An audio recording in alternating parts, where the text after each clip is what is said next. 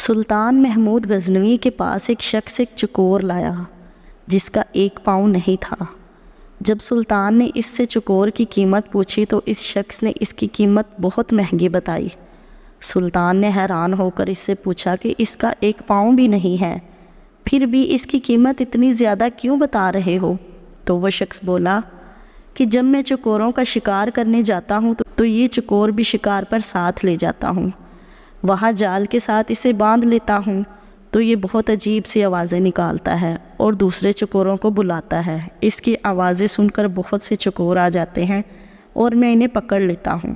سلطان محمود نے اس چکور کی قیمت ادا کی اور اس چکور کو ذبح کر دیا۔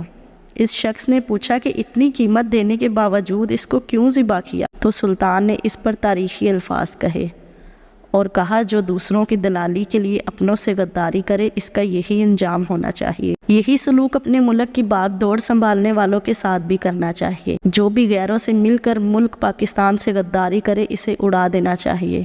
دو چار اپنے انجام کو پہنچ گئے تو پچھلوں کو بھی عبرت حاصل ہو جائے گی۔ ویڈیو پسند آئے تو ویڈیو کو لائک اور شیئر ضرور کیجیے گا۔